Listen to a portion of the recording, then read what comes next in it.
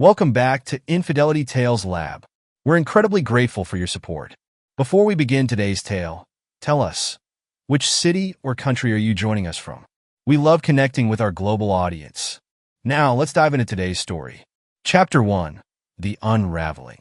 The acrid smell of burnt toast pierced through the Miller household's usual morning tranquility.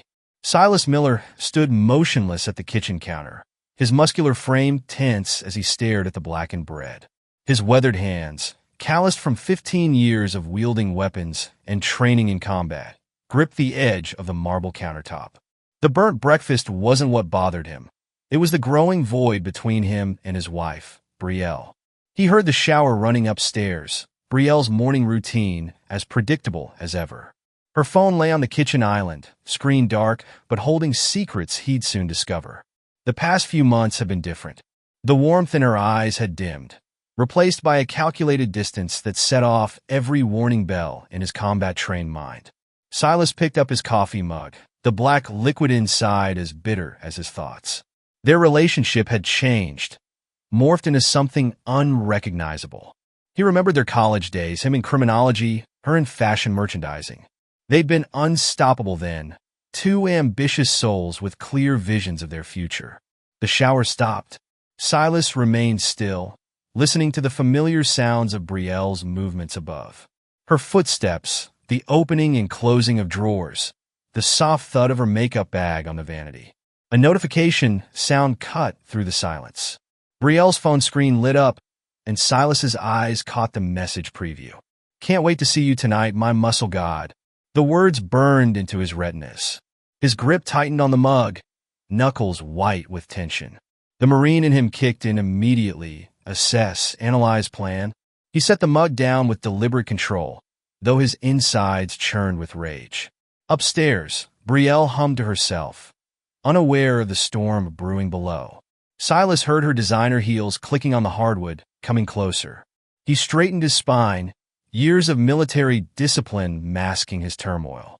Morning, Brielle breezed past him, her perfectly styled blonde hair bouncing with each step. She wore a crimson designer dress that hugged her curves, an outfit that cost more than most people's monthly salary. The scent of her expensive perfume lingered in the air. "Morning," Silas replied, his voice neutral. He watched as she moved around the kitchen, her actions precise and deliberate, avoiding his personal space as she had done for months now. "Burnt toast again," she commented, wrinkling her nose at the smell. "You should let me buy that fancy toaster I saw at Williams-Sonoma." Silas said nothing, observing how she barely glanced his way, how her shoulders tensed when he moved closer to pour more coffee. The woman before him was a stranger wearing his wife's face. "I'll be home late tonight," Brielle announced, typing something on her phone. "Big project at work. The boutique chain expansion?" Silas asked, knowing it was a lie. "Yes, exactly that." She grabbed her designer bag, still not meeting his eyes. "Don't wait up."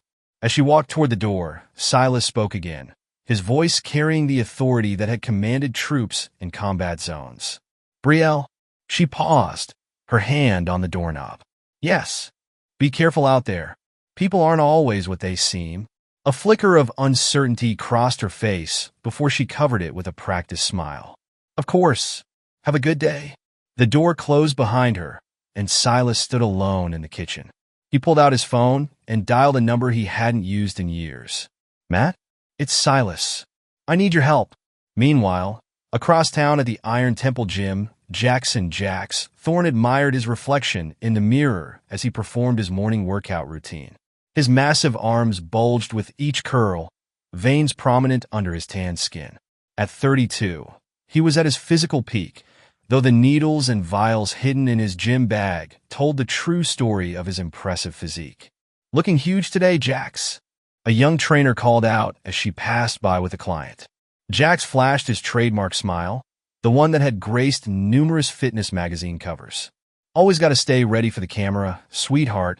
He set down the weights and checked his phone, smirking at the message he'd sent earlier. Brielle Miller, his latest conquest. She was different from his usual type, more sophisticated, with a brain to match her beauty. The fact that she was married to a retired Marine only added to the thrill. The gym's owner approached, a clipboard in hand. Jax, got those new client consultations lined up for you today. Cancel them, Jax replied, wiping his face with a towel. Got a special appointment tonight. Again? That's the third time this week. Jax's expression darkened. You got a problem with how I handle my schedule? The owner backed off immediately, recognizing the dangerous glint in Jax's eyes. No problem. I'll get someone to cover for you. Alone again, Jax returned to admiring his reflection. His life was a carefully constructed image of success, built on a foundation of steroids, manipulation, and charm. The foster homes, the poverty, the rejection, all buried beneath layers of muscle and bravado. He grabbed his phone again, typing out another message to Brielle. Reservations at 8. Were something sexy? The response came quickly. Can't wait. Having trouble focusing at work thinking about you. Jax grinned, imagining her husband's face if he knew what was happening. The retired Marine probably thought he was still in control of his perfect little life. The thought made Jax laugh as he headed to the showers. The day crawled by for Silas. He spent it gathering intelligence, falling back on his military training. Matt had already begun digging into Jax's background, and the preliminary findings painted an interesting picture. Multiple assault charges. Matt's voice crackled through the phone. All dropped mysteriously. Guy's got connections in the local scene. Keep digging, Silas instructed. I want everything, financials, associates, dirty secrets. Leave no stone unturned. You got it, brother. What are you planning? Silas's voice was cold. Justice. Evening arrived, and Silas watched Brielle prepare for her work meeting. She'd chosen a black dress that revealed more than it concealed, her makeup heavier than usual. Don't wait up, she repeated her earlier words, grabbing her keys. I won't, Silas replied, his tone making her pause for a moment before she hurried out. He waited 10 minutes before following her, his movements silent and precise. The training that had kept him alive in war zones now served a different purpose. He tracked her car through the city streets, maintaining a safe distance. The Italian restaurant she pulled up to was high-end, the kind of place that required reservations weeks in advance. Silas parked across the street, watching as she checked her reflection in her car's mirror before heading inside. Through the restaurant's large windows, he saw her approach a table where Jax waited. The man stood to greet her, his muscled frame dwarfing nearby diners. Their embrace lasted too long, their familiarity evident in every gesture. Silas's jaw clenched as he watched them together. Every laugh, touch, intimate glance was another betrayal. He observed them ordering wine, sharing appetizers, their heads close together as they spoke. His phone buzzed. Another message from Matt. Found something big. Steroid distribution ring. Your boy Jax is neck-deep in it. Silas texted back. Send everything you have. Inside the restaurant, Brielle leaned closer to Jax, her hand on his arm. I feel terrible lying to Silas. Why? Jax scoffed. Guy's living in the past. Probably still thinks he's some big shot Marine. Meanwhile, his wife's with a real man. It's not that simple, Brielle protested weakly. We have history. History doesn't keep you warm at night, baby. Jax reached into his pocket. Speaking of which, he pulled out a small velvet box, sliding it across the table. Brielle's eyes widened as she opened it, revealing a diamond ring that made her wedding band look modest in comparison. Jax, I want you to leave him, Jax declared. Tonight. You deserve better than some washed-up soldier who can't even make toast without burning it. Tears welled in Brielle's eyes as she slipped the ring onto her right hand. It's beautiful, just like you. Jax's voice dropped lower. I'll take care of everything. The divorce, the money, all of it. Just say yes. Before Brielle could respond, a shadow fell over their table. They looked up to find Silas standing there, his presence commanding attention without a word spoken. Silas. Brielle's voice cracked with panic. What are you doing here? Jax stood up, his steroid-enhanced frame attempting to intimidate. Well, the cuckold finally figures it out. Silas's eyes never left Brielle's face. Is this what you've been doing? All those late nights at work? I can explain, Brielle stammered, her composure crumbling. No need, Silas's voice was terrifyingly calm. The ring explains everything. Jack stepped closer, his muscles flexing. Why don't you do yourself a favor and leave before things get ugly? Silas finally turned to look at him, and something in his eyes made Jax take a small step back. Funny, I was about to suggest the same thing to you. Listen here, you pathetic excuse for a man, Jax growled, reaching for Silas's shoulder. Walk away now, or leave in an ambulance. The move was lightning fast. Before Jax could blink, Silas had grabbed his wrist, twisted it at a painful angle, and delivered a devastating right hook to his jaw. The bigger man stumbled backward, crashing into the table. Brielle screamed as dishes shattered on the floor. Other diners jumped up, phones recording the scene. Jax tried to regain his footing, but Silas's boot connected with his ribs, dropping him to his knees. All those muscles, Silas spoke quietly, almost conversationally, and not one of them trained for actual combat. Security rushed forward, but Silas was already walking away. He paused beside Brielle, who sat frozen in her chair. Enjoy your dinner, he said, his voice devoid of emotion. I'll have my lawyer contact you tomorrow. As he walked out of the restaurant, leaving chaos in his wake, Silas's mind was already moving to the next phase of his plan. This wasn't over, not by a long shot. The Marine in him had awakened, and with it, a cold determination to make them both pay for their betrayal. Behind him, he could hear Brielle's sobs and Jax's cursing. The sounds meant nothing to him now. In war, you learn quickly that mercy to your enemies meant death. This wasn't a physical battlefield, but the principles remained the same. He pulled out his phone as he reached his car. Matt, time to release everything we found. Burn their world to the ground. Chapter 2, The Confrontation. The Italian restaurant's ambient lighting did little to soften the tension that crackled through the air. Silas Miller sat at a corner table, his military training evident in how he positioned himself. Back to the wall, clear view of all exits. He watched as his wife, Brielle, touched Jax's arm, her wedding ring catching the light mockingly. From his vantage point, Silas could see every detail of their intimate dinner. The way Brielle leaned in when Jax spoke, how her fingers lingered on his arm, the shared glances that spoke of secrets and betrayal. His anger simmered beneath a practiced calm, years of combat discipline keeping him focused. You were late today, my love, Jax's voice carried across the restaurant. Did the has-been of a husband bother you? Brielle's laugh, once a sound that had warmed Silas's heart, now cut like a knife. Oh, he has no clue, Jax. No idea at all. Silas's hand tightened around his water glass, but his face remained impassive. He watched as Jax reached into his pocket, producing a small velvet box. Brielle's excited squeal drew attention from nearby diners. I will buy your freedom, my love, Jax declared, his voice dripping with arrogance. But you have to do it now.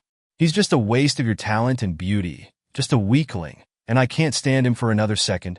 The look of pure adoration on Brielle's face as she gazed at Jax made Silas's stomach turn.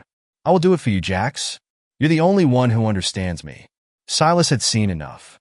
He stood, his movement deliberately slow and controlled. The distance between their tables seemed to shrink with each step. He noticed how Jax's hand possessively covered Brielle's, how the new ring gleamed on her finger. Brielle saw him first. The color drained from her face, her perfect makeup unable to hide her shock. Silas, what are you doing here? Jax turned, his steroid-enhanced physique tensing for confrontation. A sneer spread across his face as he sized up Silas. Well, seems the cuckold decided to show up. Why don't you do yourself a favor and leave? You are a pathetic human. Silas ignored him completely, his attention fixed on Brielle. Is this what you've been up to, Brielle? His voice carried the same tone he'd used to interrogate enemy combatants. Quiet, controlled, deadly. Brielle couldn't meet his gaze. Her hands trembled as she reached for her wine glass. Jax, interpreting her silence as weakness, stepped forward aggressively.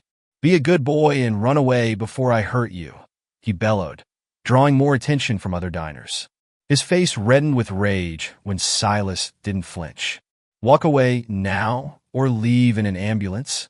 A cold smile crossed Silas's face, one that had preceded violence in war zones across the world. Option C. I show you why 15 years of combat training beat steroids. The right hook came without warning. Jax's head snapped back, his bulk working against him as he lost balance. Before he could recover, Silas's boot connected with his ribs, the crack audible over the restaurant's music. The bigger man went down hard, his muscled arms flailing uselessly. Brielle screamed, her chair scraping back as she stood. Other diners scattered, some filming with their phones, others rushing for the exits. Jax tried to get up, but another precise strike from Silas sent him sprawling again. All that muscle, Silas observed clinically, and you can't even take a punch. Pathetic. Restaurant security finally arrived, but Silas was already backing away. He paused beside Brielle, who stood frozen between tables. You made your choice, he said quietly. Now you'll live with it. Outside, the night air carried the sounds of approaching sirens. Silas walked calmly to his car, his mind clear despite the adrenaline coursing through his system. He pulled out his phone, dialing a familiar number. Matt? It's done. Start the next phase. Back in the restaurant, chaos reigned. Jax sat on the floor, blood trickling from his split lip, his ego bruised more than his body. Brielle hovered nearby, torn between helping him and running after Silas. That bastard. Jax spat blood onto the expensive carpet. He's dead. You hear me? Dead. Brielle barely heard him, her eyes fixed on the door where Silas had disappeared. She'd never seen that side of him before. The cold, efficient warrior beneath the quiet exterior had finally shown himself. The realization of what she'd done, of who she'd betrayed, began to sink in. Ma'am, a restaurant manager approached cautiously. The police are on their way. Would you like us to call you a cab? Before she could respond, Jax grabbed her arm roughly. We're leaving. Now. They stumbled out through the kitchen exit, avoiding the growing crowd at the front. Jax's breathing was labored, his hand pressed against his ribs where Silas had kicked him. His usual confident swagger was gone, replaced by a wounded animal's desperate movements. Get in the car, he commanded, pointing to his customized sports car. When Brielle hesitated, his voice turned threatening. Now! As they drove through the city streets, Brielle's mind raced. The evening had spiraled so far from what she'd imagined. She glanced at Jax's profile, seeing for the first time the ugliness beneath his perfect exterior. How did he know? Jax muttered, hitting the steering wheel. How the fuck did he know? Jax, maybe we should... Shut up, he snapped. Just shut up. I need to think. Brielle sank back into her seat, her hand unconsciously touching the new ring on her finger. What had seemed romantic hours ago now felt like a brand of shame. Chapter 3. The Aftermath. The spare bedroom in Matt Ramirez's apartment smelled of electronics and coffee. Silas sat on the edge of the bed, his phone silent, but his mind racing. The events at the restaurant played on repeat in his head, each detail analyzed. Matt appeared in the doorway, his lean frame silhouetted by the blue glow of multiple computer screens behind him. You okay, brother? I'm fine, Silas replied, his voice steady. What have you found? Matt moved to his workstation, pulling up multiple windows of information. Your boy Jax isn't just dealing steroids. He's part of a larger operation. Got connections to some serious players in the underground scene. Silas nodded, unsurprised. And Brielle? She's been busy. Matt's fingers flew across the keyboard. Multiple secret accounts, unusual transfers. Been siphoning money from her company's expense accounts for months. The revelation hit Silas like a physical blow, but his face remained impassive. Show me everything. As Matt laid out the evidence, Silas's tactical mind began formulating plans. Each piece of information was a weapon, each secret a potential strike point. The Marine in him recognized this as another type of warfare, one fought with information instead of bullets. There's more. Matt hesitated. They've been meeting for longer than you thought. Hotel receipts, restaurant bills. It's been going on for at least 6 months. 6 months.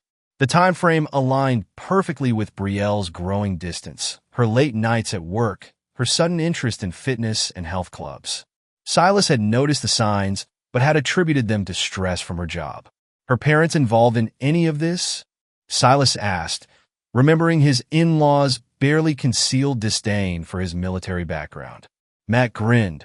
"Oh, you're gonna love this. Dear old dad's real estate empire? Built on fraud and bribes. Mom's charity foundation? Front for money laundering. Keep digging." Silas stood, stretching his combat-hardened muscles. "I want every detail. Weakness, pressure point. What's the plan?" Silas's expression darkened. "They wanted to destroy what I built.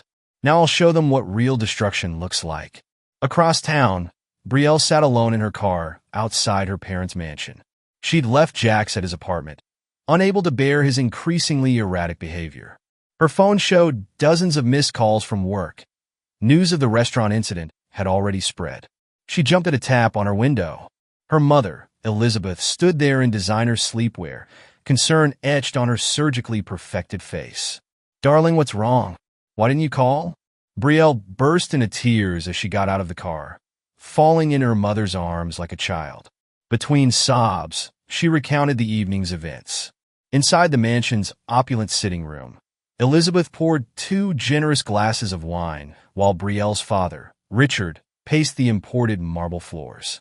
"This is unacceptable," Richard fumed. "That military brute attacking people in public. I'll have my lawyers." "He knows, Daddy," Brielle interrupted. "About everything. About Jax, about the money." "Money?" Elizabeth's perfectly manicured hand froze midway to her lips. "What money?" Brielle's voice dropped to a whisper. "I've been taking from the company accounts to help Jax with his business ventures." The silence that followed was deafening. Richard's face turned an alarming shade of red. "You did what?" he finally managed. "Do you have any idea what this could do to our reputation? To my business?" "I'm sorry," Brielle sobbed. "I didn't think." "No, you didn't think?" Richard exploded. "That low-class musclehead has been using you, and you've been too blind to see it." Elizabeth set down her wine glass with a sharp clink. "Richard, please. Shouting won't help. Nothing will help if this gets out." Richard collapsed into an armchair. "Everything we've built." Meanwhile, at his apartment, Jax paced like a caged animal. The bruises from Silas's attacks were darkening, his ribs screaming with each movement. He doubled his steroid dose, the chemicals fueling his rage. His phone buzzed, a message from his supplier. "Meeting. Tomorrow. Urgent." Jax hurled the phone against the wall. The humiliation of being beaten by Silas, a man he dismissed as a washed-up soldier, burned worse than any physical pain. He caught his reflection in the mirror. The perfect physique he'd built, the image he'd crafted, all shattered by a few precise strikes. "I'll kill him," he muttered, pulling out a fresh vial of steroids. "I'll fucking kill him." The needle slid into his flesh with practiced ease, but his hands shook with anger. In his mind, he was already plotting revenge, unaware that Silas was several steps ahead, methodically preparing to dismantle everything he held dear. Back at Matt's apartment, Silas stood at the window, watching the city lights.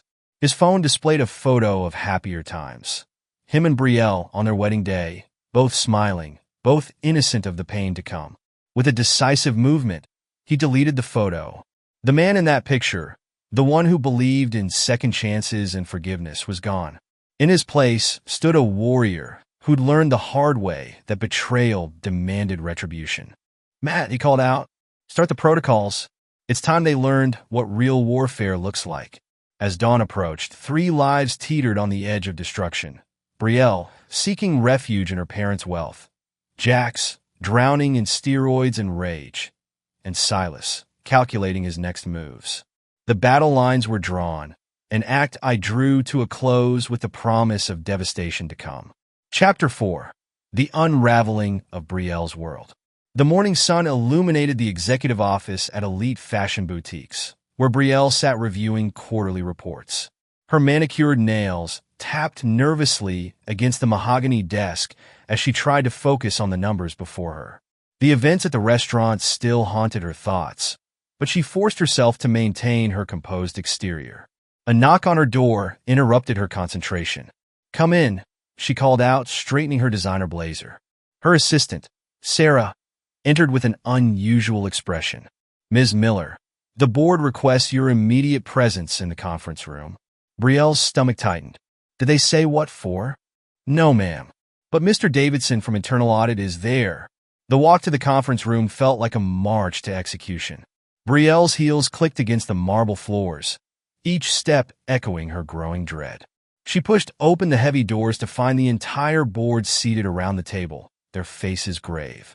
CEO Thomas Richardson sat at the head, a thick folder open before him. Please sit down, Brielle. She took her seat, noting the presence of two unfamiliar men in suits. Corporate security, she realized with growing horror. We've received some troubling information, Richardson began, his voice cold. Our auditors have uncovered significant discrepancies in your expense reports dating back 6 months. He pushed several documents across the table. Brielle's blood ran cold as she recognized the transaction records. Hotel bills, restaurant charges, spa treatments, all carefully disguised as business expenses. Care to explain why the company paid for a weekend at the Grand Plaza Hotel when no business meetings were scheduled? Brielle's mind raced. There must be some mistake. No mistake, the head auditor interrupted. We have security footage, receipts, everything. You've been systematically defrauding the company. Richardson's voice cut through her panic. We're suspending you immediately pending a full investigation. Corporate security will escort you to clear out your office. You can't do this, Brielle protested. I've given 10 years to this company. And you've betrayed our trust, Richardson replied. Be grateful we haven't called the police. Yet, in her office, Brielle's hands shook as she packed her personal items into a box. Her phone buzzed, a text from Jax, need to talk. Now. Across town at the Iron Temple, Jax faced his own nightmare. The gym owner, Marcus, stood in his office doorway, tablet in hand. What the hell is this? Marcus demanded, turning the screen toward Jax. The local news website displayed a damning headline. Popular trainer linked to steroid distribution ring. Jax's face reddened. It's bullshit. Someone's trying to smear me. Really? Marcus scrolled through the article. Because they've got documentation. Police reports, witness statements, bank records. Hell, they even have photos of you making exchanges in the parking lot. Marcus, come on. We've been friends for years. No, we've been business partners. And now you're toxic. Marcus tossed a letter onto his desk. You're terminated, effective immediately. Clear out your locker and don't come back. Jax grabbed the letter, crumpling it in his fist. You can't do this to me. I built this place's reputation, and now you're destroying it. Get out before I call security. In the locker room, Jax punched his locker repeatedly, denting the metal. His phone kept buzzing. Sponsors canceling contracts, clients dropping his services, reporters requesting comments. His carefully constructed world crumbled around him. He yanked open his gym bag, pulling out a vial of steroids. His hands trembled as he prepared the injection, nearly doubling his usual dose. The familiar sting of the needle brought little comfort. This is him, he muttered. That fucking Marine. He's behind this. At Matt's apartment, Silas monitored the chaos through multiple computer screens. Matt's fingers flew across keyboards, orchestrating the systematic destruction of their targets' lives. Brielle's company took the bait, Matt reported. Board meeting lasted exactly 12 minutes before they suspended her. Silas nodded, his expression unchanged. And Jax? Local news ran the steroid story. His gym fired him, and I've got confirmation that 3 major sponsors have terminated his contracts. More will follow. Good. Silas stood, stretching his combat-hardened muscles. What about the surveillance? Matt switched screens, showing multiple camera feeds. Got eyes on both of them. Brielle's heading home. Jax is still at the gym, having what looks like a breakdown in the locker room. Keep watching. They'll try to contact each other soon. The prediction proved accurate. Within hours, Brielle's car pulled into the parking lot of Jax's apartment complex. She found him pacing his living room, steroid vials and syringes scattered across the coffee table. What's happening? She demanded. How did they find out about everything? Jax grabbed her arms roughly. Your husband. He's destroying us. Silas? But how could he? Wake up. Jax shook her. He's not just some dumb grunt. He's got help, resources. We need to hit back. Brielle pulled away, rubbing her arms where Jax's fingers had dug in. Hit back how? We've lost everything. Not everything. Jax's eyes held a dangerous gleam. I've got connections. People who can help us hurt him. Jax, no. Violence isn't the answer. He laughed, the sound harsh and unnatural. Violence is the only answer. Look what he's done to us. Back at Matt's apartment, Silas reviewed the surveillance footage. They're planning something stupid, he observed. Matt nodded. Want me to dig deeper into Jax's connections? No need. Let them make their move. It'll give us more ammunition. You sure that's wise? Jax is unstable, pumped full of steroids and rage. Silas's expression remained cold. Good. Unstable opponents make mistakes. And when they do, we'll be ready, Matt finished. The day wore on, and Brielle returned to her empty house. She walked through the rooms, noticing for the first time how many of the expensive items had been purchased with stolen money. Her phone kept ringing. Her parents, her friends, reporters. She ignored them all. In her closet, she ran her hands over designer dresses, each one now feeling like a noose around her neck. The ring Jax had given her sat heavy on her finger, no longer a symbol of freedom, but a mark of her downfall. She picked up a framed photo from her nightstand, her wedding day with Silas. They looked so happy, so in love. What had she done? How had she thrown it all away for someone like Jax? The phone rang again. This time she answered. Brielle? Her mother's voice was tight with anxiety. Have you seen the news? The company's filing charges against you. What? No, they said. It's all over the business pages. Darling, what have you done? Brielle sank on her bed, reality crushing down on her. Mom, I need help. We can't. Your father is furious. He says you've embarrassed the family. But I'm your daughter, and we have our own reputation to protect. I'm sorry, darling. You're on your own? The line went dead. Brielle stared at her phone, tears streaming down her face. In just 24 hours, her entire world had imploded. At a downtown bar, Jax met with a man named Victor, a former client with connections to less savory elements of society. You want to hurt this guy? Victor asked, nursing his whiskey. It'll cost you. Jax slammed his fist on the bar. I don't care about the cost. I want him to suffer. Careful, Victor warned. Your reputation's already in the gutter. You sure you want to add assault charges? Add whatever you want. That bastard needs to pay. Victor studied him for a moment. You're not thinking straight. The steroids are making you crazy. Are you helping me or not? Fine. But when this goes bad, and it will, don't say I didn't warn you. Throughout the city, the wheels of destruction continued turning. News outlets picked up the story of Brielle's corporate fraud. Social media exploded with speculation about Jax's steroid ring. Their carefully constructed facades crumbled piece by piece. And in the center of the storm, Silas watched and waited, knowing the worst was yet to come. He'd learned in combat that the most dangerous moment wasn't the initial attack.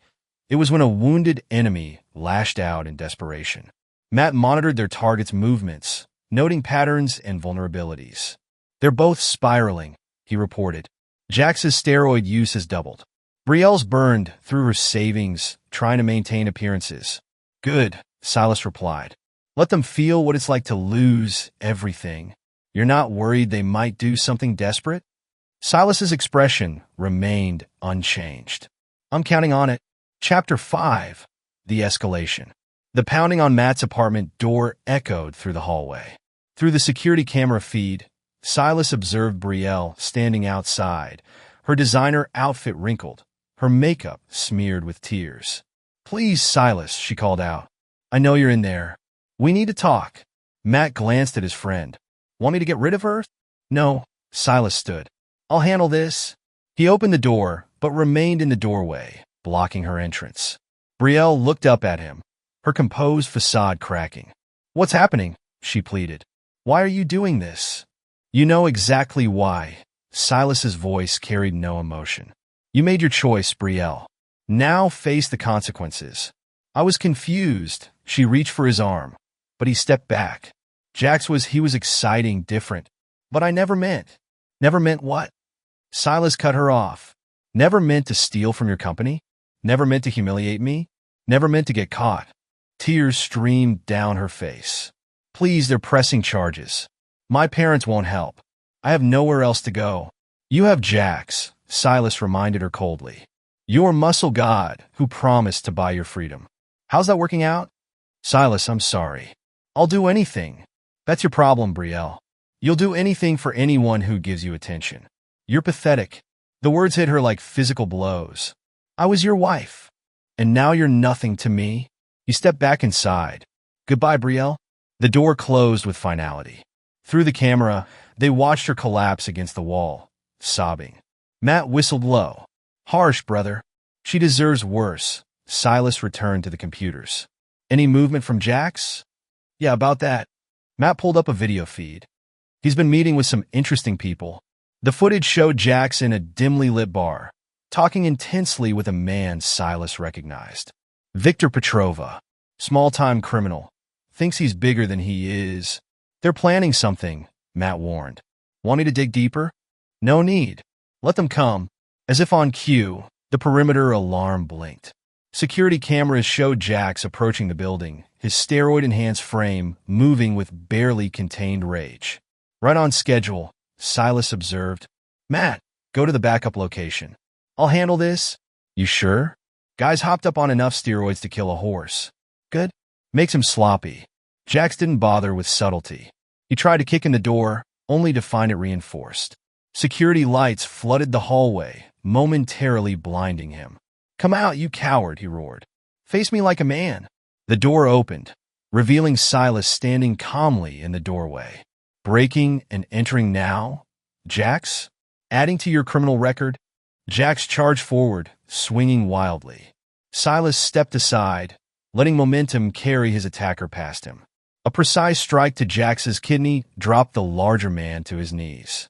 All that muscle, Silas commented, delivering another calculated blow. And you still fight like an amateur. I'll kill you. Jax scrambled to his feet, pulling a knife. Silas's expression didn't change as he disarmed Jax with practiced ease, twisting the knife from his grip and using the bigger man's momentum to slam him into the wall. You could have walked away, Silas spoke quietly as he systematically took Jax apart. Could have left town, started over. But you had to prove something. Each strike targeted weak points, joints, pressure points, areas where steroid use had made Jax vulnerable. The bigger man's rage made him predictable, his enhanced strength useless against Silas. Finally, Jax lay groaning on the floor, his face bloody, his ego shattered once again. Silas stood over him, as calm as when the fight began. Consider this your final warning, he stated. Come near me again, and they won't find your body. Police sirens wailed in the distance. Matt's doing, no doubt. Silas left Jax there, knowing the police would find an ex-con with a knife, trying to break into an apartment. Later, at their backup location, Matt reviewed the security footage. That should keep him occupied for a while. Assault with a deadly weapon, attempted breaking and entering. He'll make bail, Silas noted. His ego won't let him stop. That's what you're counting on, isn't it? Silas nodded. People like Jax can't handle losing control. He'll keep escalating until he destroys himself. And Brielle? She's already destroying herself. Her parents' reputation means everything to them. Once we release what we found about their businesses, Matt pulled up multiple documents on his screens. Speaking of which, you want to see what Daddy's been hiding in his real estate empire. The evidence was damning: bribes, kickbacks, fraudulent permits.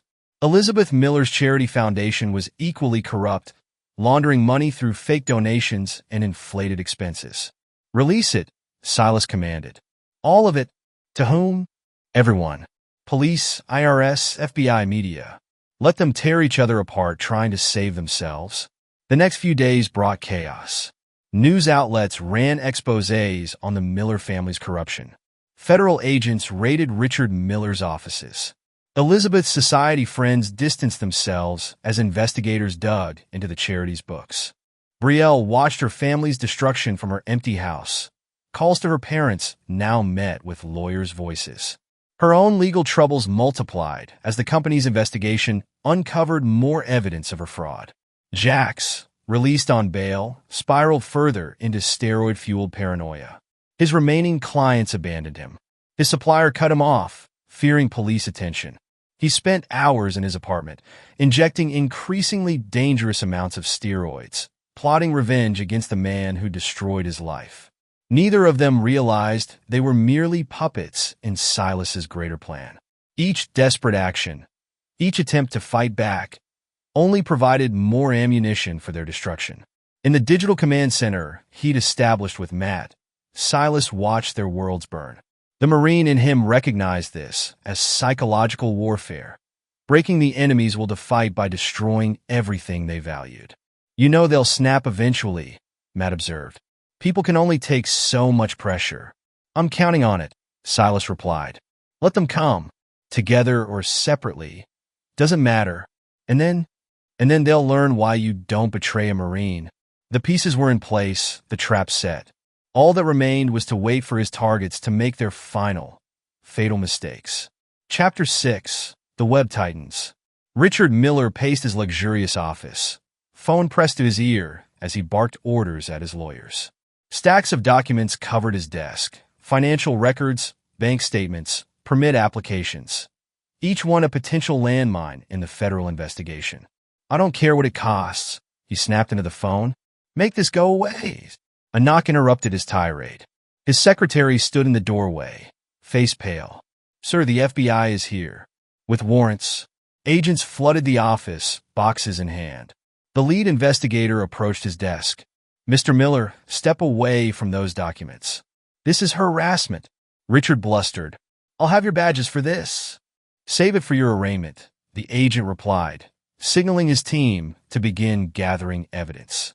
We have quite a paper trail on your activities.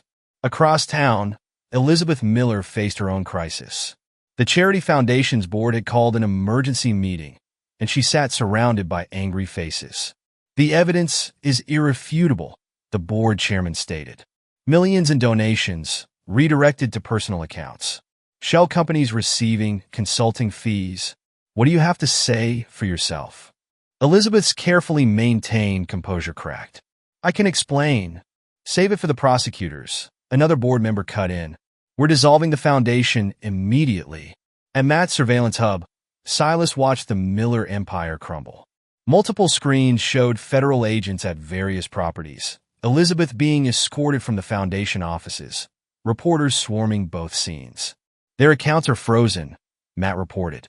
House, cars, everything under investigation. They won't be able to help Brielle even if they wanted to. Speaking of Brielle, Silas nodded toward another screen, showing his wife's desperate face as reporters cornered her outside her lawyer's office. Ms. Miller, is it true you stole from your company to fund your affair? Did you know about your parents' illegal activities? What do you say to allegations that you helped launder money through the fashion boutiques? Brielle pushed through the crowd, her designer sunglasses failing to hide her distress. She fumbled with her car keys, hands shaking. Her phone buzzed, Jack's calling again. She answered, desperate for any support. Have you seen the news? His voice was frantic, slurred. They're coming after all of us. Jax, please, I can't. Meet me. Now. We need to plan. Plan what? It's over. My career, my family. That bastard did this. Jax's voice rose to a shout.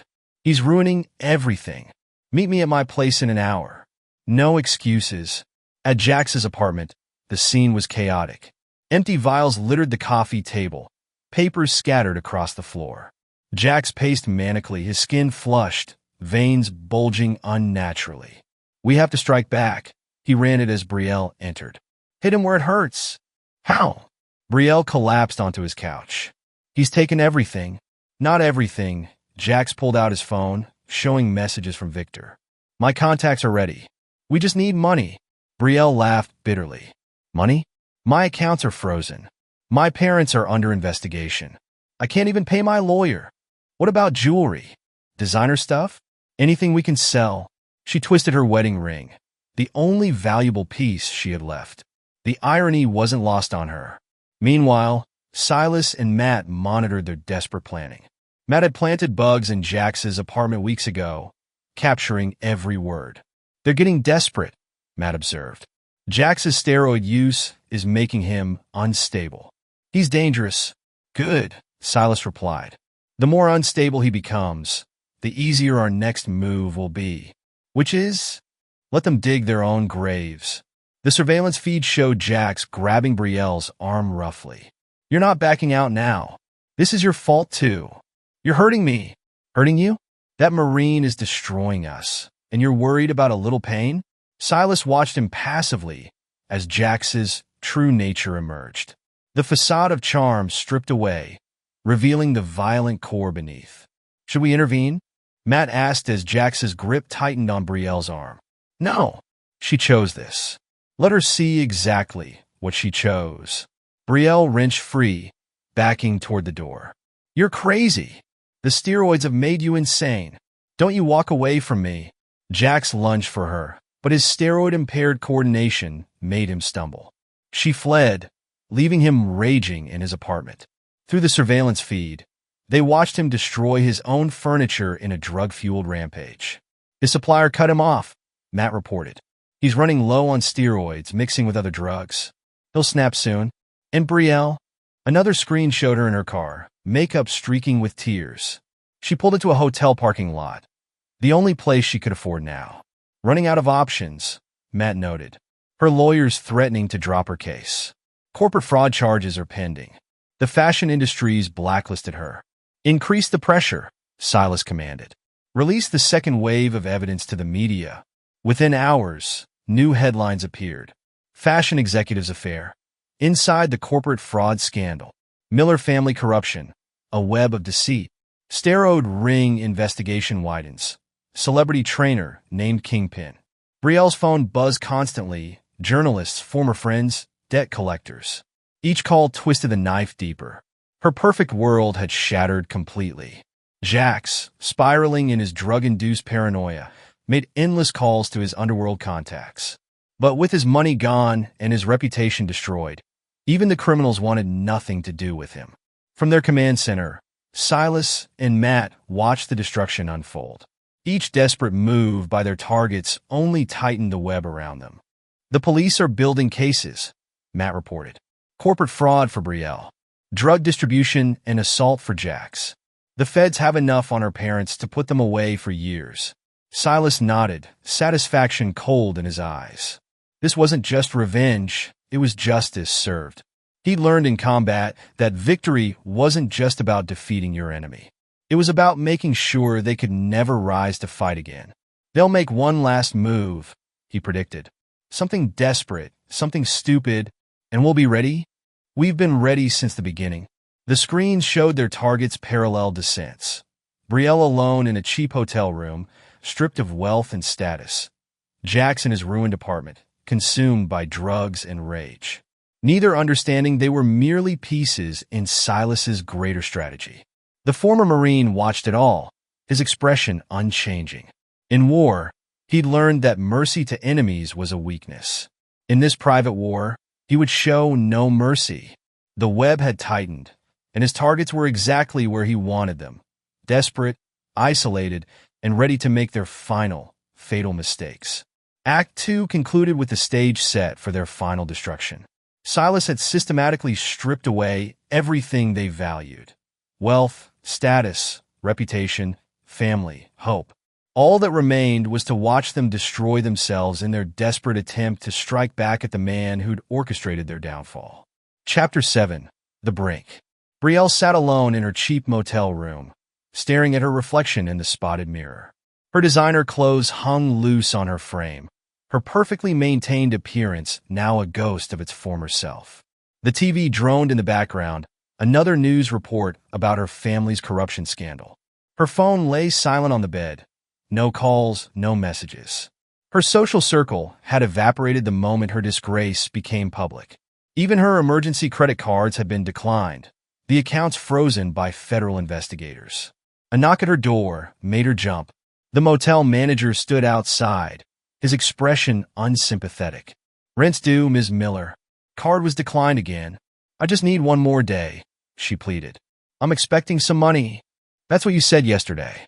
Out by noon or I call the police." She closed the door, sliding down against it. Her hand brushed against her designer handbag, worth thousands when she bought it, now worthless at the pawn shop she'd visited yesterday. Her phone suddenly buzzed. Jax's number. She answered, desperate for any connection. Where the fuck have you been?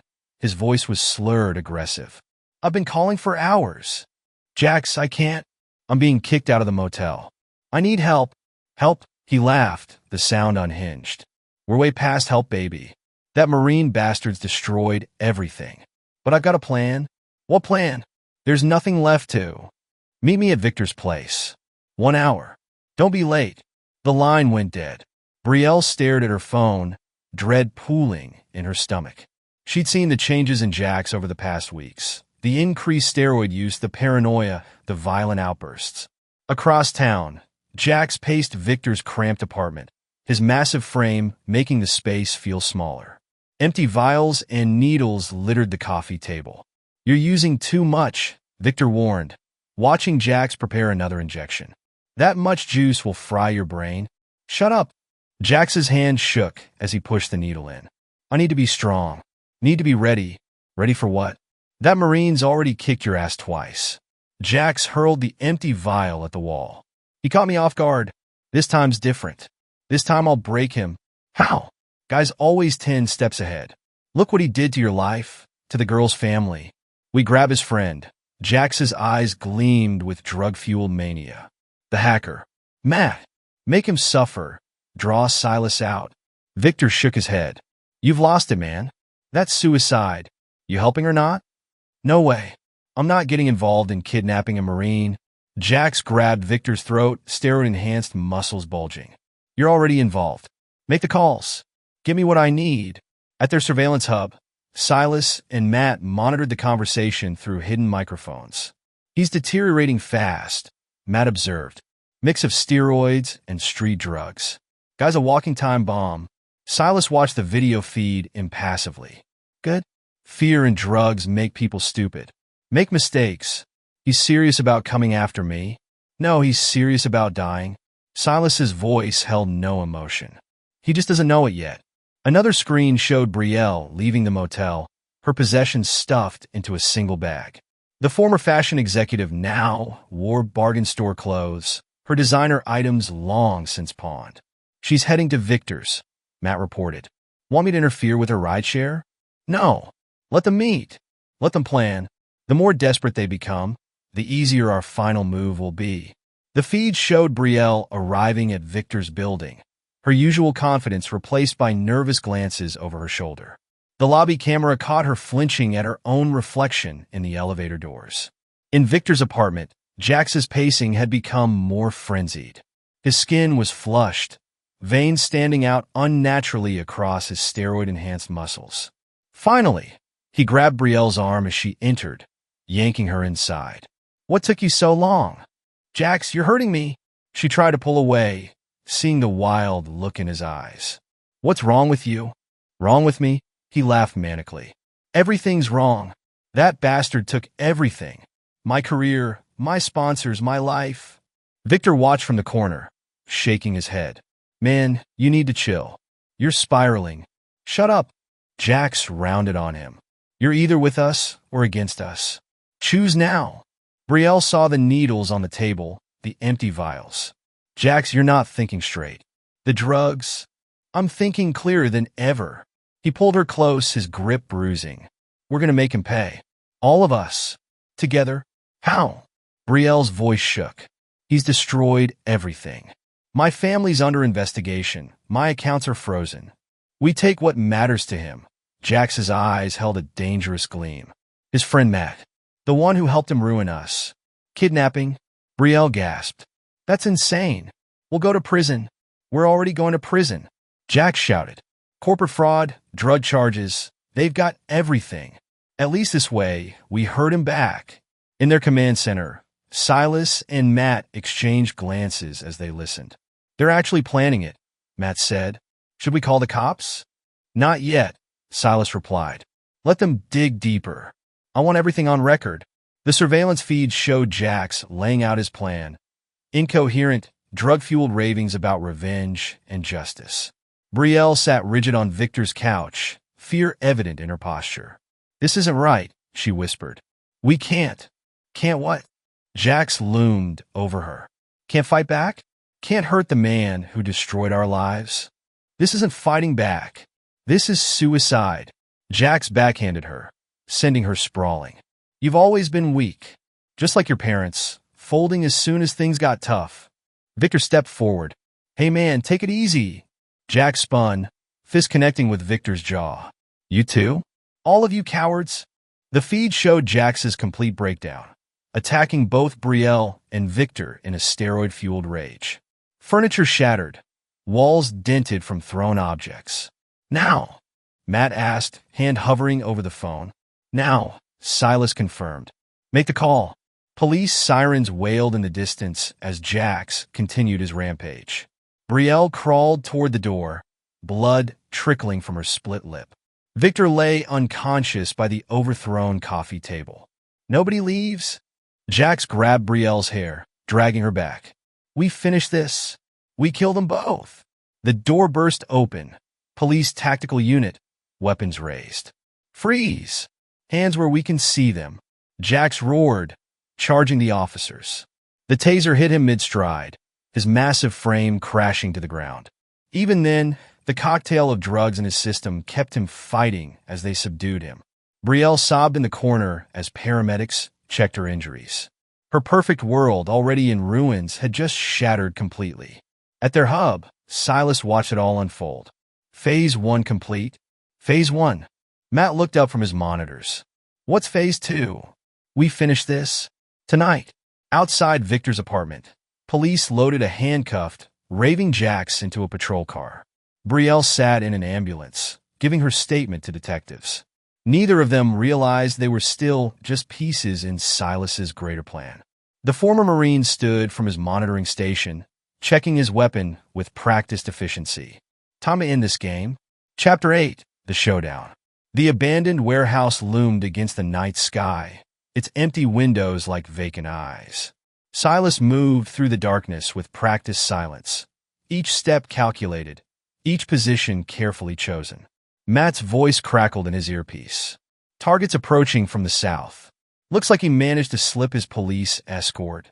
Right on schedule, Silas replied softly. What's his condition? According to the police scanner, he attacked 2 officers, stole a car. He's armed, grabbed one of their sidearms in the struggle. Perfect. The warehouse had been Silas's choice. Remote, controlled sight lines, multiple exit points. He'd spent days preparing it, knowing Jax would eventually come looking for a final confrontation. Heavy footsteps echoed through the empty building. Jax stumbled in, his massive frame silhouetted by distant streetlights. The stolen police pistol wavered in his grip. Come out, you coward! His voice boomed off metal walls. Face me. Silas's voice seemed to come from everywhere and nowhere. Still charging in without thinking. You never learn. Jax fired wildly at the sound, bullets ricocheting off steel beams. I'll kill you. You hear me? Kill you. Like you killed your career?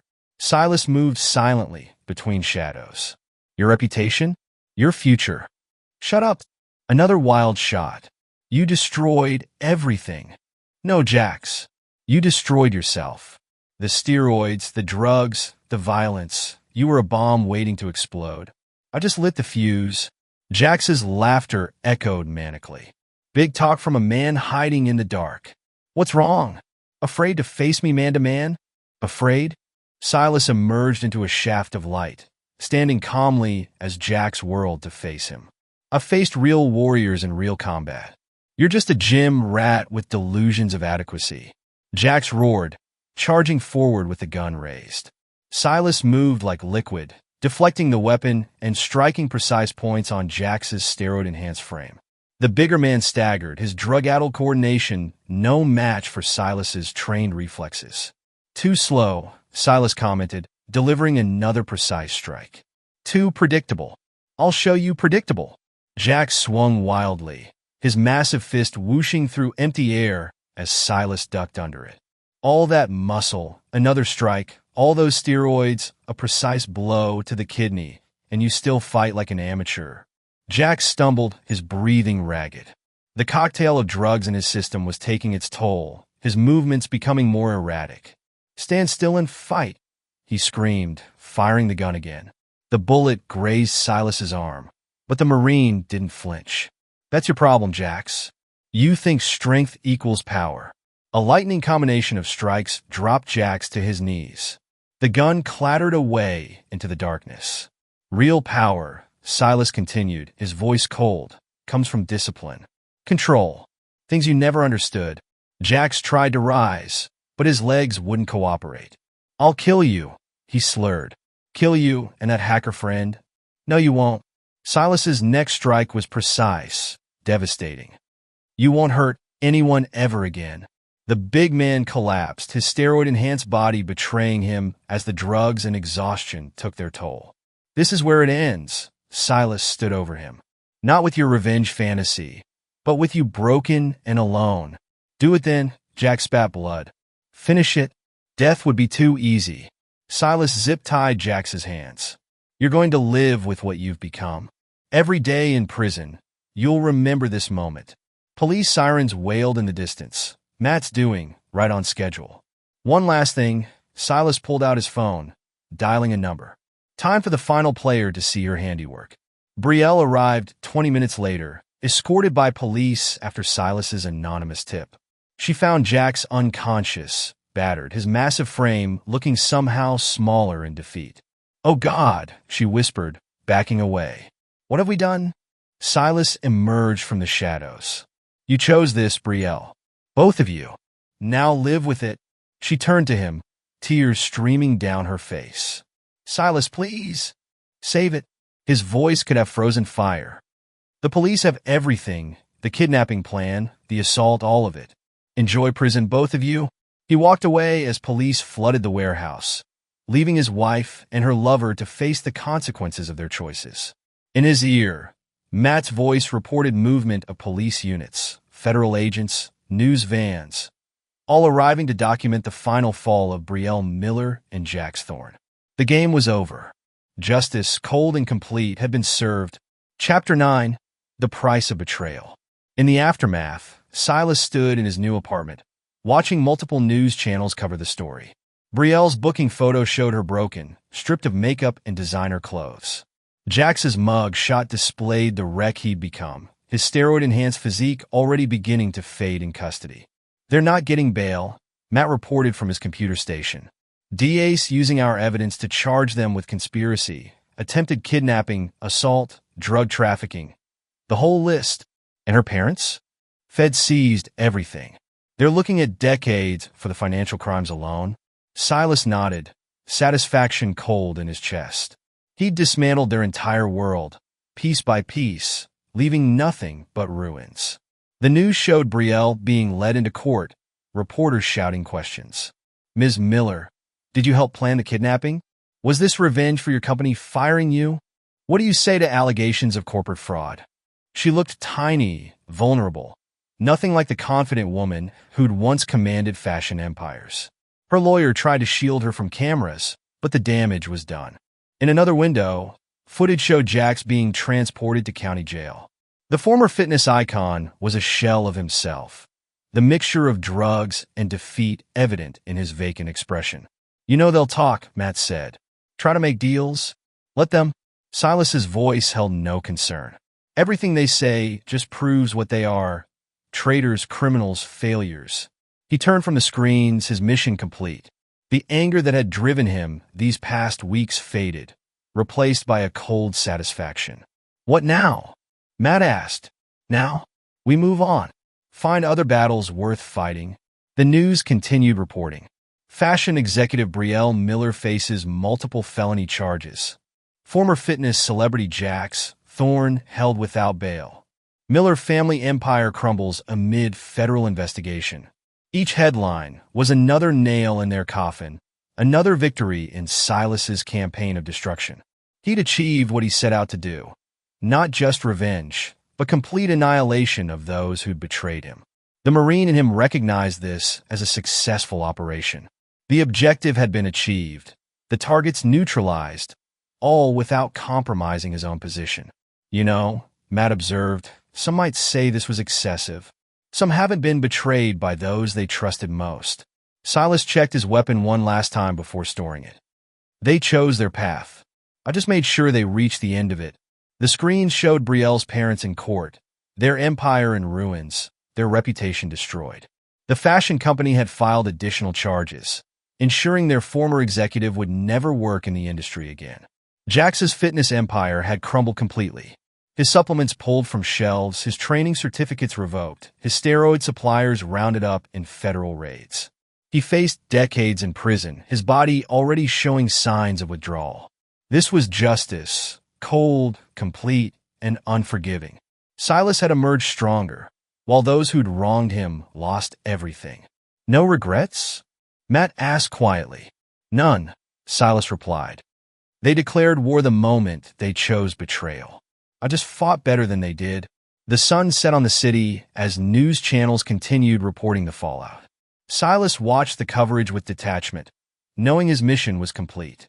In the county jail, Brielle sat in her cell, the reality of her new life crushing down on her.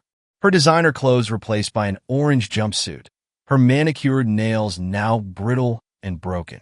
The other inmates whispered about her, the socialite who'd fallen so far. Miller, visitor, the guard's voice echoed through the block. Her lawyer sat across the glass partition, his expression grim. They're offering a deal. 20 years if you testify against your parents and Jax. 20 years, her voice cracked. But I didn't. You helped plan a kidnapping, Mrs. Miller. That's after the corporate fraud, the money laundering through your parents' foundation. Take the deal. It's the best you'll get. In another part of the facility, Jax slumped in the medical ward. His body, deprived of steroids, had begun to shrink. Withdrawal symptoms left him shaking, vulnerable, everything he'd feared becoming. The DA wants to make an example of you, his court-appointed lawyer explained. Steroid distribution, assault, conspiracy to kidnap. They're pushing for maximum sentences. Jax stared at his trembling hands. That bastard. He planned all of this? Focus, Mr. Thorne. You're looking at 40 years unless you cooperate. Meanwhile, at their new operational base, Silas and Matt began planning their next mission. The skills they'd honed destroying Brielle and Jax could serve a greater purpose. Got an interesting case, Matt said, pulling up files. Corporate whistleblower being threatened. Could use our help. Silas studied the information. Sounds worth investigating. You sure you're ready? After everything, the past is done. We leave it buried with them. The news played one final update. Brielle's tearful courtroom confession, Jax being led away in chains, the Miller family empire being dismantled piece by piece. Silas watched without emotion, knowing his vengeance was complete. He'd emerged from betrayal not broken, but harder, stronger, more focused. The naive man who trusted too easily was gone, replaced by someone who understood the true cost of disloyalty. They never understood what they were dealing with, Matt observed. No, Silas agreed. They thought I was just another victim to use and discard. They learned differently. The screen showed Brielle's parents being led into federal court, their assets seized, their empire destroyed. Everything they'd built through corruption now served as evidence against them. Jax's former gym had been sold, his name stripped from the building. His supplements were recalled, his training certificates revoked. The fitness icon had fallen, never to rise again. And Brielle, once the fashion executive, the socialite, the unfaithful wife, now faced decades behind bars. Her betrayal had cost her everything. Family, freedom, future. This was justice as Silas saw it. Not swift, not merciful, but complete and irrevocable. He'd handled betrayal the way he'd handled combat, with precision, patience, and absolute commitment to the objective. Ready to move forward? Matt asked, preparing to wipe the screens. Silas nodded, checking his weapon one final time. Always. There's more work to be done. The news faded to black as they began planning their next operation. Behind them lay the ruins of those who dared to betray a Marine. Ahead lay new missions, new battles, new chances to prove that loyalty mattered and betrayal carried a price few could afford to pay. Silas Miller had changed, transformed by betrayal into something harder, more dangerous. But he'd found his path, his purpose. In the end, that was all that mattered. The story concluded not with forgiveness or redemption, but with justice served cold. a testament to the price of betrayal and the power of a warrior who refused to be victimized. Silas had emerged victorious, leaving his enemies broken in his wake, a warning to any who might consider crossing him in the future. Some might call it excessive, cruel even, but Silas knew the truth. In war, as in betrayal, there could be no half measures. You either won completely or lost everything. He had won. They had lost. Justice was served. Epilogue. 10 years later, the Federal Women's Correctional Facility stood against the morning sun, its walls containing stories of fallen lives and lost dreams. In cell block D, Brielle Miller organized her few possessions: a worn paperback, some basic toiletries, letters she'd never answered. After 8 years, she was finally being released. Her reflection in the small metal mirror showed a woman transformed by time and consequences. Gone were the designer clothes and perfect makeup. Her once meticulously maintained blonde hair had grayed at the temples, now pulled back in a simple ponytail. The years of incarceration had stripped away every trace of the socialite she'd once been. "Miller," the guard called out. Processing time. She followed the familiar corridors one last time, passing inmates she'd lived alongside for nearly a decade. Some nodded goodbye. She'd earned a degree of respect by accepting her punishment without complaint, teaching basic literacy classes to other inmates. The processing officer reviewed her file. "Says here you're being released to a halfway house in Nebraska. Pretty far from your old life." "That's the point," Brielle replied softly. Her voice had lost its entitled edge, replaced by quiet resignation. Her parents wouldn't be waiting outside. Richard Miller had died in prison 3 years into his 20-year sentence for financial crimes. Elizabeth survived in a minimum security facility, a shell of her former self. The Miller family empire had been dismantled, its assets seized, its name synonymous with corruption. The halfway house van waited in the parking lot. Brielle carried a small bag containing everything she owned in the world. Her release stipend would barely cover basic necessities. The fashion industry had blacklisted her completely. Her only job prospects involved minimum wage retail work. Across the country, in a maximum security prison, Jackson Jacks, Thorne stared at the ceiling of his cell. 15 years remained on his sentence. His once massive frame had withered without steroids, leaving him looking older than his 45 years. Prison fights and drug withdrawal had taken their toll. His left leg dragged slightly from an untreated injury, and his hands trembled constantly. "Mail call," a guard announced, sliding an envelope through the slot. Jax recognized the law firm's letterhead. Another appeal denied. His attempts to claim mental instability from steroid use had failed repeatedly. The prosecution had used Matt's surveillance recordings to prove his actions were calculated, not impulsive. He pulled out a wrinkled magazine article from under his mattress, one of many he'd collected about Silas over the years. The headline read, "Former Marine Security Firm Disrupts International Crime Ring."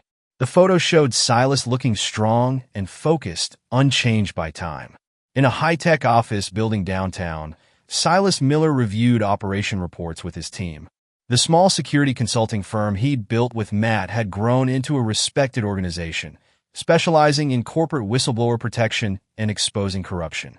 "The Singapore operation's complete," Matt reported, his hair now streaked with gray, but his mind sharp as ever. "Saved the client's company and exposed 3 corrupt board members." Silas nodded, studying the data on his screens. The years had added a few lines to his face, but his combat-hardened physique remained impressive. Success had brought resources, but he maintained the same disciplined approach that had served him in the Marines. "What about the domestic surveillance?" he asked, pulling up another file. "Brielle's being released today," Matt confirmed. "Nebraska halfway house is arranged. She'll be monitored but kept far from any potential allies." "And Jax?" "Still locked up. Last appeal denied. He's not getting out early." Silas processed the information without emotion. A decade hadn't softened his stance on betrayal. The company's success allowed him to maintain surveillance on his former enemies, ensuring they could never rebuild their lives enough to seek revenge. "Victor surfaced again," Matt added, referring to Jax's former criminal contact. "Tried starting a new steroid distribution ring in Texas. Send the evidence to DEA, Silas commanded. Make sure they understand the connection to our old case. Their reputation had grown in law enforcement circles. Federal agencies often discovered evidence they provided, leading to high-profile arrests. The company's legitimate security work served as cover for more personal missions, identifying and destroying corrupt power structures. In Nebraska, Brielle settled into her tiny room at the halfway house. The other residents were mostly drug offenders and nonviolent criminals. None recognized the former fashion executive who'd once graced society magazines. She found work at a local discount store, arranging clothing displays. Sometimes, watching customers browse cheap polyester blends, she remembered commanding million-dollar fashion budgets. Those memories felt like scenes from someone else's life. Her parole conditions prevented contact with anyone from her past life. She couldn't return to the city where she'd once reigned as a socialite. Her only updates came from rare news articles. Her mother's failed appeal, the final liquidation of her father's companies, Jax's deteriorating health in prison. At his desk, Silas reviewed a surveillance photo of Brielle at work. She looked older, humbled, completely stripped of pretense. The image joined others in a secure file, periodic confirmations that justice remained served. Still keeping tabs? Matt asked, noting the open file. Always. Silas's voice held no emotion. Success doesn't mean letting your guard down. The company had expanded internationally, with offices in major cities. Their reputation attracted high-profile clients. Corporations needing protection from internal corruption, whistleblowers facing retaliation, victims of powerful enemies. Each mission followed the template Silas had perfected in his personal vendetta. Gather intelligence, identify vulnerabilities, dismantle support structures, deliver precise strikes. His military background combined with Matt's technical expertise made them practically unstoppable. Some clients questioned their method's intensity. Silas never apologized for thoroughness. He'd learned from experience that half measures left room for enemies to recover and retaliate. In her halfway house room, Brielle wrote in her journal, part of her mandated therapy. She documented her fall from grace, acknowledged her crimes, explored her motivations. The therapist said writing helped process trauma, but some wounds went too deep for words. She tried contacting her mother once, early in her sentence. The reply came from lawyers. Elizabeth blamed Brielle for destroying the family, wanted no further communication. The rejection hurt less than expected. Prison had taught her about real loyalty, real friendship, real consequences. Jax's cell walls displayed magazine photos of his glory days, fitness model shoots, competition victories, celebrity appearances. The images mocked him now. His body, once his source of pride and power, had betrayed him like everyone else. Other inmates avoided him. His reputation for steroid-fueled violence followed him between prisons. Even the gangs kept their distance, viewing him as unstable, unreliable. He spent most days alone, reliving his downfall in endless cycles of rage and regret. In his office, Silas reviewed applications for the company's new cybersecurity division. The business's growth allowed him to help fellow veterans, providing jobs and purpose to those struggling with civilian life. Remember that kid from 3rd Battalion?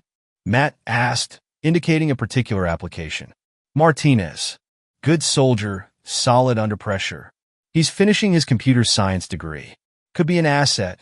Silas nodded approval. The company's culture emphasized military values, loyalty, discipline, mission focus. Those who betrayed trust found themselves blacklisted across entire industries. A news alert flashed on Matt's screen. Victor's been arrested. DEA moved fast on our intel. Good. Make sure the evidence chain is solid. No legal loopholes. They'd refined their methods over the years. Each operation now ended with ironclad cases, ensuring targets faced maximum consequences. The company's success bought political influence, but Silas preferred letting official channels deliver justice.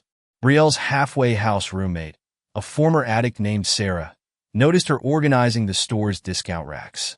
You've done this before, haven't you? Like, professionally? Brielle adjusted a sleeve with practiced care. Another life. Doesn't matter now. Must have been something big. way you carry yourself. It was until I threw it away. The conversation ended there. Brielle had learned to deflect questions about her past. Her therapist called it progress, accepting consequences without self-pity.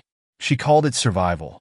In his cell, Jax received another visitor, a true crime writer wanting interviews for a book about the case. Not interested, he growled, his voice rough from disuse. It's a chance to tell your side, the writer pressed. People still remember the fitness icon you were.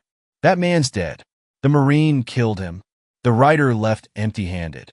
Jax returned to his endless push-ups, trying to maintain some shadow of his former physique. Without steroids, without proper nutrition, it was a losing battle against time and biology. Silas's company landed another major contract, protecting a telecommunications firm from corporate espionage. The client list grew more prestigious each year, but he maintained the same hands-on approach to operations. Intel suggests internal involvement, Matt reported, displaying network analysis. Someone selling company secrets. Start surveillance. Build the case. The usual protocol.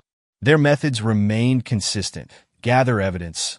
Identify conspirators. Dismantle networks systematically.